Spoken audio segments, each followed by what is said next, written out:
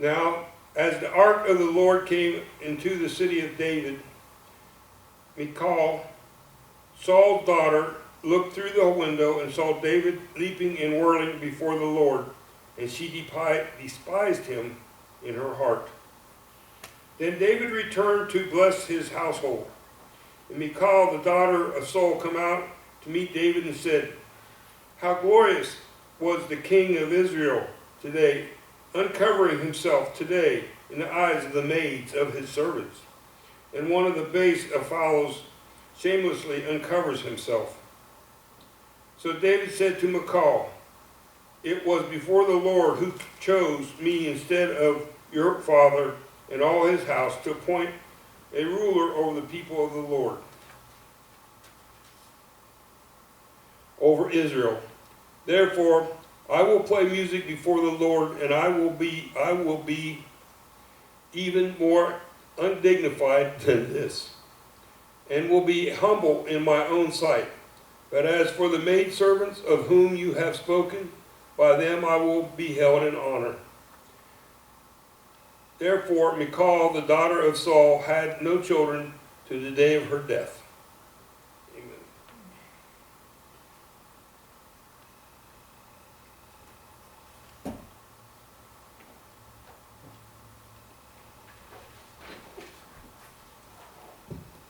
설교 본문을 읽겠습니다. 설교 본문 사무엘하 6장인데 너무 길어서 중간중간에 걸쳐서 읽겠습니다. 다윗이 일어나 유다의 발레에서 나와 자기와 함께 있던 모든 사람들과 함께 가서 거기서 하나님의 궤를 가져오려 하였는데 그 궤의 이름은 그룹들 사이에 거하는 만군의 주의 이름으로 불리느니라. 그들이 하나님의 궤를 새 수레에 싣고 기브아에 있던 아비나답의 집에서 그 궤를 가지고 나오는데 아비나답의 아들 우사와 아히오가 그 새 수레를 몰리라. 그들이 나곤의 타작마당에 이르렀을 때에 소들이 하나님의 궤를 흔들므로 우사가 자기 손을 내밀어 그 궤를 붙들었더니 주의 분노가 우사를 향해 타올라 하나님께서 그의 잘못으로 인하여 그를 거기서 치심해 그가 거기서 하나님의 궤 옆에서 죽으니라. 주께서 우사를 찢으셨으므로 다윗이 기쁘게 여기지 아니하니라. 그가 그곳의 이름을 베레스 우사라 하니 이날까지 이르니라. 주의 궤가 가드 사람 오벳 에돔의 집에 석 달 동안 머물렀고 주께서 오벳 에돔과 그의 온 집안에 복을 주셨더라. 주 앞에서 힘을 다하여 춤을 추니 그때 다윗이 에봇을 입었더라.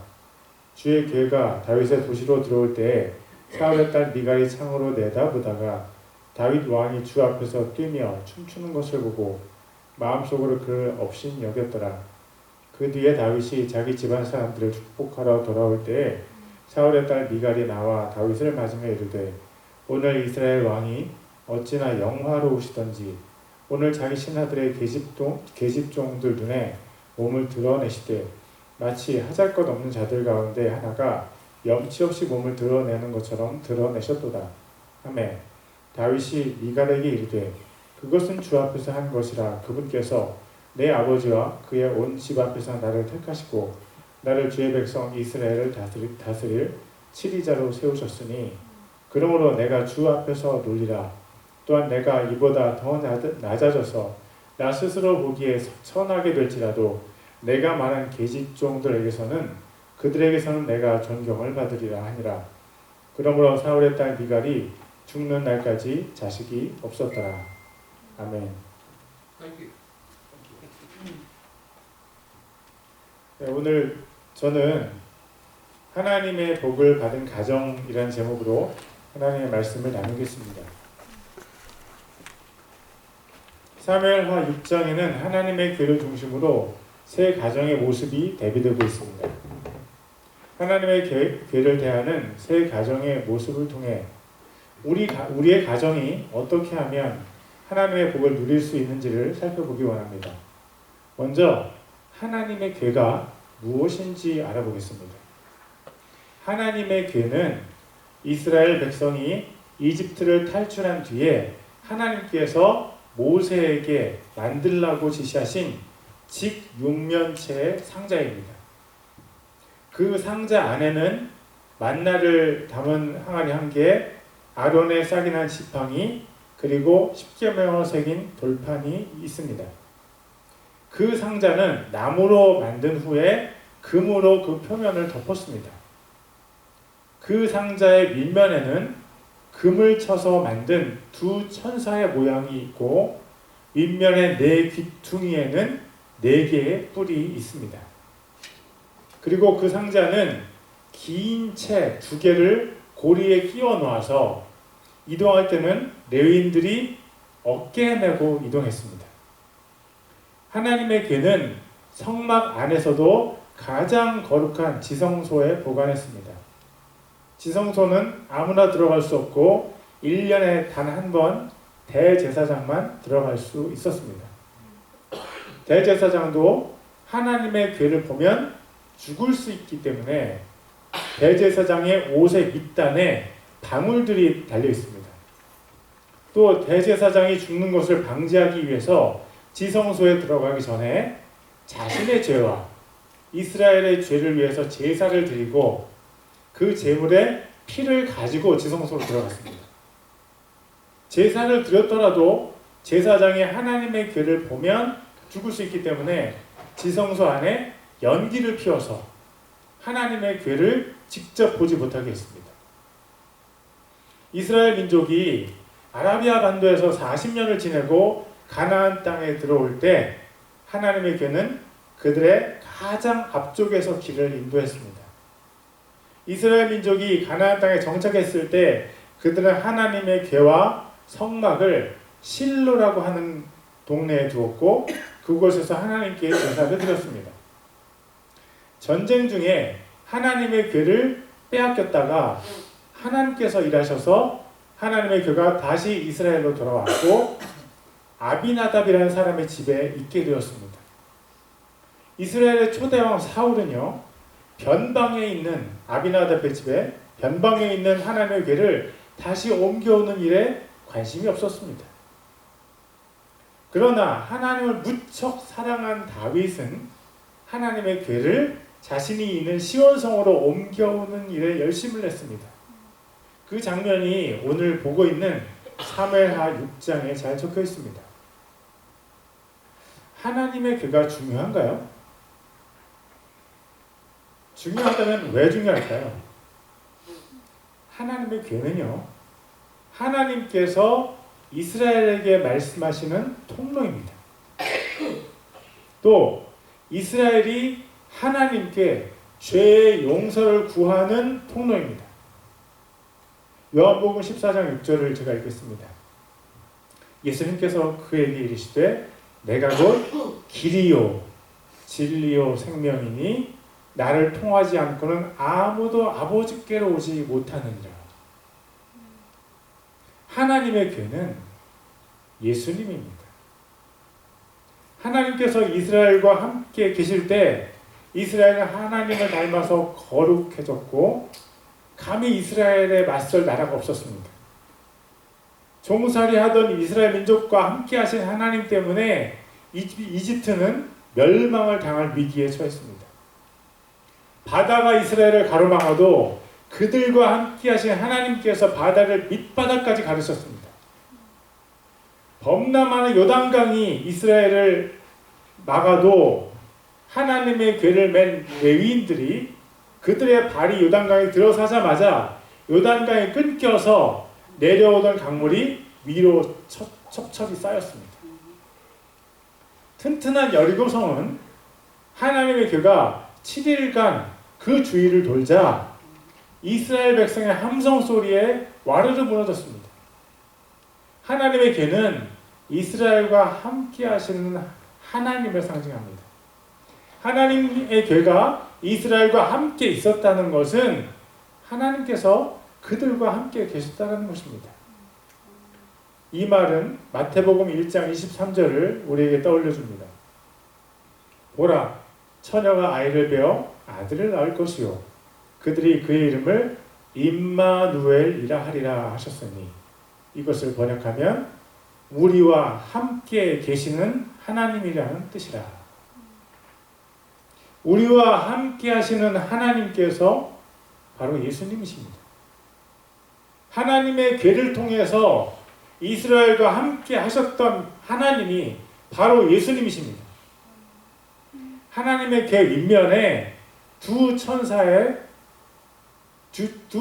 사이에 이렇게 천사가 둘이 있는데 작은 공간이 있습니다. 그 자리를 긍휼의 자리라고 합니다. 긍휼의 자리는 대제사장이 1년에 한 번 지성소에 들어가서 대제사장 자신과 이스라엘의 죄를 위해서 제물의 피를 뿌리는 자리였습니다.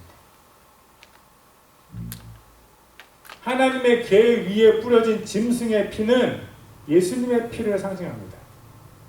하나님께서 짐승의 피 때문에 제사장과 이스라엘 민족의 죄를 용서하지 않으셨습니다.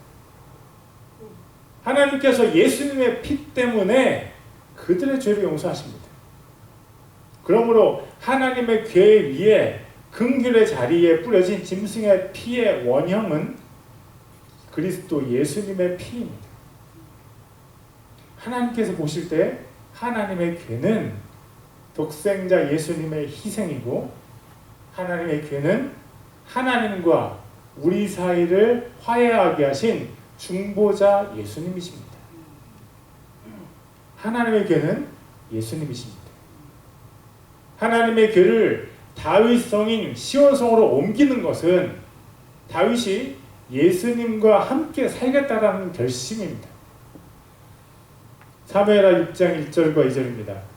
다윗이 이스라엘에서 택한 모든 사람 3만 명을 다시 함께 모으고 다윗이 일어나 유다의 바알레에서 나와 자기와 함께 있던 모든 사람들과 함께 가서 거기서 하나님의 궤를 가져오려 하였는데 그 궤의 이름은 그룹들 사이에 거하는 만군의 주의 이름으로 불려지느니라. 다윗 왕이 예수님을 나라의 중심으로 옮겨가는 사무엘하 6장에 세 가정의 모습이 있습니다.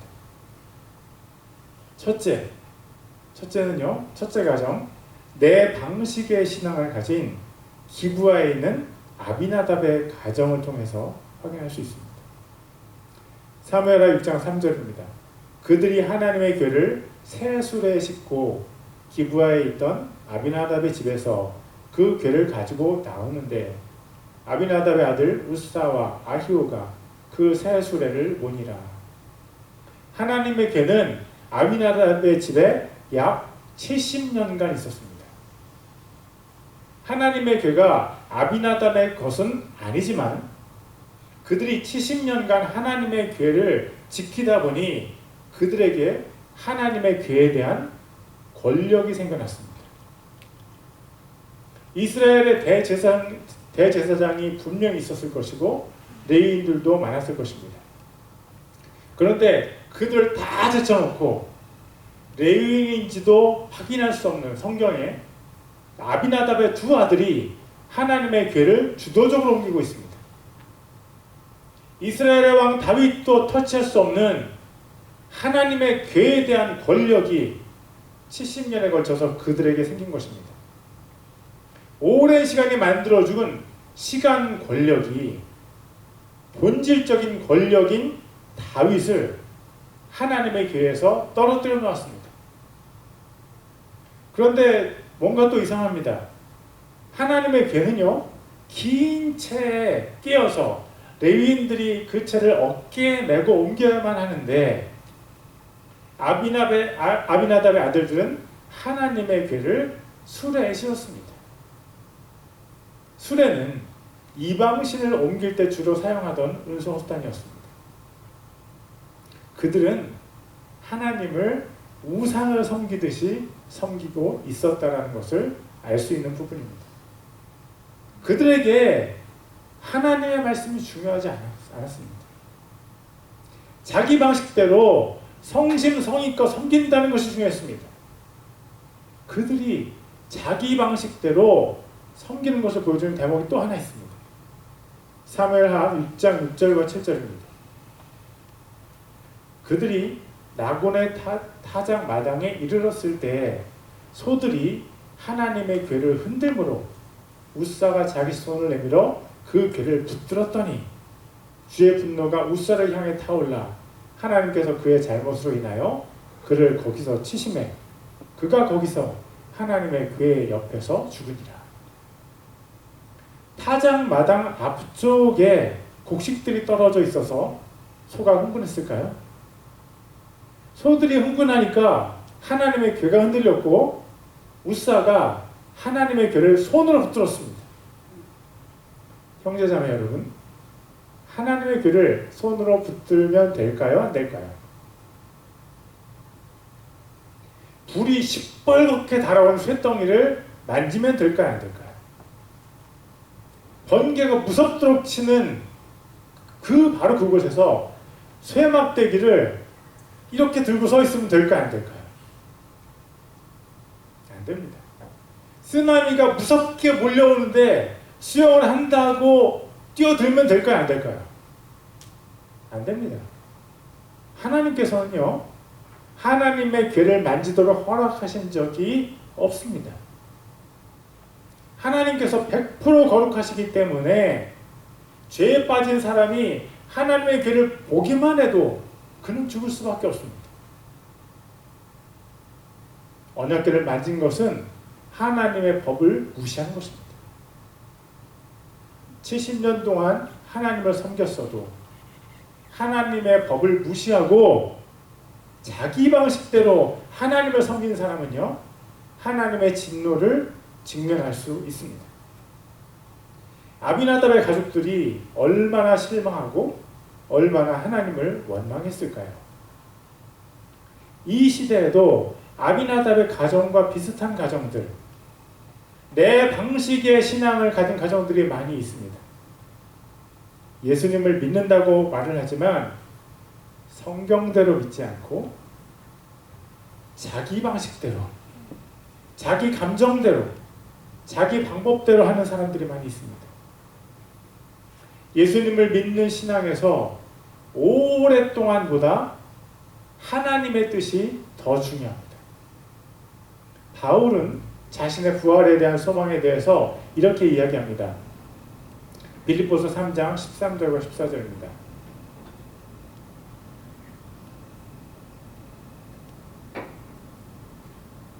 형제들아, 나는 내가 이미 붙잡은 줄로 여기지 아니하고 다만 이 한 가지 일을 행하나니 곧 뒤에 있는 그것들은 잊어버리고 앞에 있는 그것들을 잡으려고 나아가 그리스도 예수님 안에서 하나님의 높은 부르심의 상을 받으려고 표대를 향해 밀고 나아가노라. 하나님의 사랑으로 구원을 얻으신 여러분들, 과거에 여러분들이 예수님께 드린 헌신 다 잊어버리시고 새로운 헌신을 하나님 예수님께 드리십시오. 내 방식의 신앙을 버립시다. 사무엘하 입장에서 확인할 수 있는 세 가정의 모습 중에서 첫 번째는요, 내 방식대로 하는 아비나답 가정의 신앙입니다. 내 방식의 신앙을 버립시다. 두 번째, 하나님의 말씀을 따르는 오벳 에돔 가정의 신앙입니다. 사무엘하 6장 9절에서 11절을 읽겠습니다. 그날에 다윗이 주를 두려워하여 이르되 주의 궤가 어찌 내게로 오리요 하고 이에 주의 궤를 옮겨 자기에게로 곧 다윗의 도시 안으로 가져가려 하지 아니하고 궤를 옆으로 돌려 가드 사람 오벳 에돔의 집에 가져갔으므로 주의 궤가 가드 사람 오벳 에돔의 집에 석 달 동안 머물렀고 주께서 오벳 에돔과 그의 온 집안에게 복을 주셨더라. 이 똑같은 일을 역대상 13장에서도 기록하고 있습니다. 14절을 제가 읽겠습니다. 하나님의 궤가 오벳 에돔의 집에서 그의 가족과 함께 석 달 동안 머물렀고 주께서 오벳 에돔의 집과 그가 소유한 모든 것에 복을 주셨더라. 죄송합니다. 하나님의 궤가 오벳 에돔의 집에서 그의 가족과 함께 석 달 동안 머물렀고, 독특한 표현이 있는데 그것은 그의 가족과 함께입니다. 오벳 에돔이 가족들과 함께 하나님의 궤를 섬겼다는 표현입니다. 하나님의 괴는 예수님이십니다. 오베데돔 혼자만 예수님을 섬긴 것이 아니라 모든 가족이 똘똘 뭉쳐서 예수님을 섬긴 것입니다. 그러나 그것은 우리가 먼저 보았던 아비나답의 가정도 마찬가지 아니었나요? 아비나답의 아들들이 하나님의 괴를 옮기는데 열심을 내지 않았나요? 맞습니다. 그들이 하나님의 괴를 옮기는데 열심을 낸 것은 맞지만 그들은 하나님의 분노를 경험했습니다.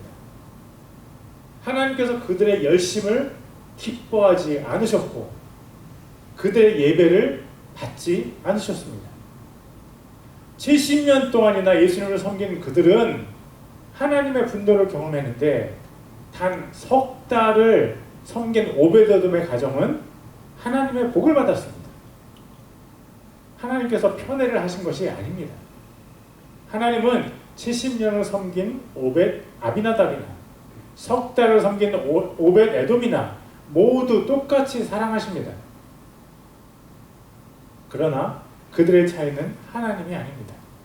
그들의 차이는 하나님의 말씀에 대한 그들의 반응입니다. 아비나답은 하나님의 말씀을 중요하게 생각하지 않았고 내 방식의 신앙을 가지고 예수님을 섬겼습니다. 그러나 오베데돔은 달랐습니다. 비록 자세히 표현되지는 않았지만 그들이 하나님의 복을 받은 것으로 미뤄볼 때 그들은 분명히 하나님의 말씀대로 예수님을 섬겼습니다. 오베데돔이 어떤 복을 받았는지는 모르지만 그 복이 굉장한 것임에는 틀림이 없습니다. 석 달 동안 받은 복이 왕의 귀에까지 들어갔습니다. 사무엘하 6장 12절입니다. 어떤 이가 다윗 왕에게 고하여 이르되 주께서 하나님의 괴로 인해 오베데돔의 집과 그에게 속한 모든 것에 복을 주셨나이다 하므로 이 복 외에도 오베데돔이 누린 다른 복들이 역대상 26장에 적혀 있습니다. 8절을 제가 읽겠습니다. 이들은 다 오베데돔의 아들들이더라. 그들과 그들의 아들들과 그들의 형제들은 섬길 수 있는 능력을 갖춘 능한 자들이더라. 오벳에돔에게서 난 자가 62명이더라. 오벳에돔이 가정이 받은 또 다른 복들 중에 첫째는요, 자손의 복입니다. 오벳에돔의 아들들과 손자들이 모두 62명이었습니다. 둘째 복은요, 섬길 수 있는 능력의 복입니다. 레위인의 가족으로 태어났다고 모두 섬길 수 있는 능력이 있는 것이 아닙니다. 섬기는 일에는요, 지혜와 건강과 인격도 필요합니다. 자손들이 모두 섬길 수 있는 능력을 갖췄다는 것은 큰 복입니다. 세 번째 복은 강한 용사들입니다. 역대상 26장 6절과 7절입니다. 그의 아들 오베데돔의 아들 스마야에게도 아들들이 태어났으며 이들이 자기들의 아버지 집을 두루 다스렸으니 이는 그들이 강한 용사들이기 때문이더라. 스마야의 아들들은 오드니와 르바엘과 오벳과 엘사밧이며 엘사밧의 형제 엘리후와 스마기야는 강한 자더라. 오벳에돔의 자손들 중에 강한 용사들이 있었습니다. 강한 용사들이 없는 가정은 다른 가정의 위세에 눌리기 마련입니다. 자손들 중에 강한 용사들이 있었기 때문에 오벳에돔의 가정은 스스로를 보호할 수 있었고 여러 가정들 중에 리더십을 행사할 수 있었습니다. 오벳에돔의 가정은 사무엘하 6장에서 단 3개월간 받은 놀라운 복과 함께 자손의 복, 능력의 복, 용사의 복을 대대로 받았습니다. 그들이 그런 큰 복을 대대로 받아 누린 이유는요, 온 가족이 하나님의 법대로 예수님을 섬겼기 때문입니다.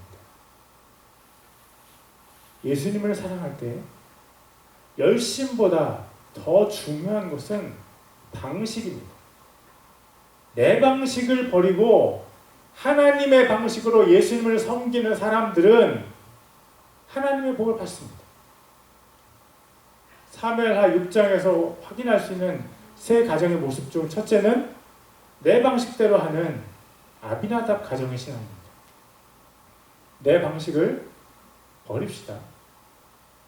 둘째는 하나님의 말씀을 따르는 오벳 에돔 가정의 신앙입니다. 하나님의 방식대로 해서 하나님께서 주시는 복을 받읍시다. 다시 한번 얘기하겠습니다. 하나님의 방식대로 해서 하나님께서 주시는 복을 받읍시다. 아멘. 아멘. 세 번째는 두 가지 신앙을 가진 다윗의 가정입니다. 사무엘하 6장 12절과 14절입니다. 다윗이 가서 즐거워하며 하나님의 귀를 오벳 에돔의 집에서 다윗의 도시로 가져갈 때 주 앞에서 힘을 다하여 춤을 추니 그때 다윗이 아마 에봇을 입었더라.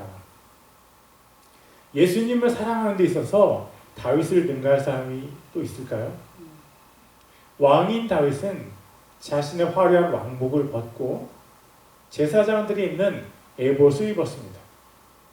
그리고 하나님의 궤 앞에서, 즉 예수님 앞에서 힘을 다해서 춤을 췄습니다. 하나님 앞에서 자신의 지위와 체면이 중요하지 않았습니다. 예수님을 찬양하는 데는 자존심은 쓸데없는 것입니다. 하나님께서 기뻐하시는 사람은 예수님 앞에서 또 사람들 앞에서 온 힘을 다해서 춤을 출 수 있는 사람입니다. 무엇보다도 예수님을 더 중요하게 여기는 사람, 누구보다도 예수님을 더 사랑하는 사람이 바로 하나님께서 기뻐하시는 사람입니다. 그런데 하나님께서 기뻐하시는 그 다윗을 기뻐하지 않는 사람이 있었습니다. 그 사람이 바로 다윗의 아내 미갈이었습니다. 사무엘하 6장 16절입니다. 주의 궤가 다윗의 도시로 들어올 때에 사울의 딸 미갈이 창으로 내다보다가 다윗 왕이 주 앞에서 뛰며 춤추는 것을 보고 마음속으로 그를 업신여겼더라. 바깥이 시끌벅적해가지고 왕궁에 있던 미갈 왕비가 창문으로 밖을 내다보니까 무리가 하나님의 궤를 옮겨오고 있었습니다. 음악이 울려 퍼지고 하나님의 궤가 들어오는데 그 앞에서 옷이 훌렁거리든 말든 신경 쓰지 않고 너무 기쁘게 정신없이 춤을 추는 사람이 있었는데 바로 자기 남편 다윗 왕이었습니다. 다윗이 속살을 드러내면서 춤을 추는 것을 본 미갈은 얼굴이 화끈거리고 급기야 다윗을 업신여기는 마음이 생겼습니다. 여기서 제가 퀴즈 하나 내겠습니다. 미갈은 누구를 업신여긴 것일까요? 첫째, 1번 다윗. 둘째, 하나님. 셋째, 다윗과 하나님 모두. 넷째, 미갈은 아무도 업신여기지 않았다. 미갈이 다윗을 업신여긴 것은 다윗이 하나님 앞에서 춤을 출 때였습니다. 만약 미갈이 하나님을 존귀하게 여겼다면 하나님 앞에서 전심으로 춤을 추는 다윗을 업신여길 수 있었을까요? 미갈이 다윗을 업신여길 수 있었던 이유는 그녀가 하나님을 살아계신 분으로 인정하지 않고 하나님께서 왕들의 왕이심을 몰랐기 때문입니다. 미갈이 다윗을 업신여길 때 그는 하나님도 업신여겼습니다. 사무엘상 첫 부분에 엘리 대제사장이 등장합니다. 그의 아들들은 하나님을 알지 못했고 제사의 제물들을 약탈해서 하나님께 드리는 제사를 방해하고 있었습니다. 그때 엘리 제사장은 그의 아들들의 악행을 알고도 방치했고 그때 하나님의 사람이 엘리 제사장에게 이런 말씀을 전했습니다. 사무엘상 2장 30절입니다. 그러므로 주 이스라엘의 하나님이 말하노라. 참으로 내가 말하기를 내 집과 내 조상의 집이 내 앞에서 영원히 거르리라 하였으나 이제 주가 말하노라. 내가 결단코 그리하지 아니하리라.